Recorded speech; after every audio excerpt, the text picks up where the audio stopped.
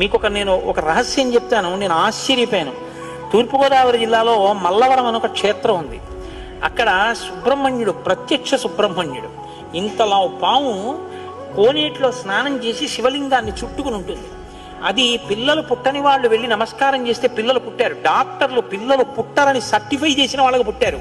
ముఖ్యమంత్రులు కూడా వెళ్ళారు పీఠాధిపతులు అక్కడికి. ఆ పాము కారణాంతరాల చేత శివలింగానికే తల కొట్టుకుని శరీరం వదిలితే ఇప్పుడు అలాగే ప్రతిష్ఠ చేశారు. అక్కడ నేను ఆశ్చర్యపోయింది ఏంటంటే, నాకు ఆ దేవస్థానం ధర్మకర్త ఒక ఆయన వచ్చి ఒకసారి ఓ మాట చెప్పారు.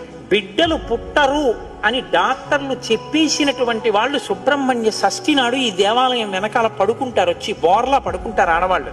వాళ్ళకి కునుకు పడుతుంది, కునుకు పడ్డాక లేపేస్తాం. ఆ మరుసటి సంవత్సరం వాళ్ళు పసిపిల్లల్ని పట్టుకుని వస్తారండి అని చెప్పారు. నాకు అపనమ్మకం కాదు, చూడాలనిపించింది. కాకినాడ నుంచి చాలా మందిని కలిసి సుబ్రహ్మణ్య భుజంగ స్తోత్రం చేశారు శంకర భగవత్పాదులు.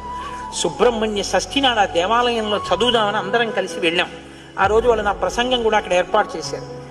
మీరు నమ్మరు, నేను తెల్లబోయానండి.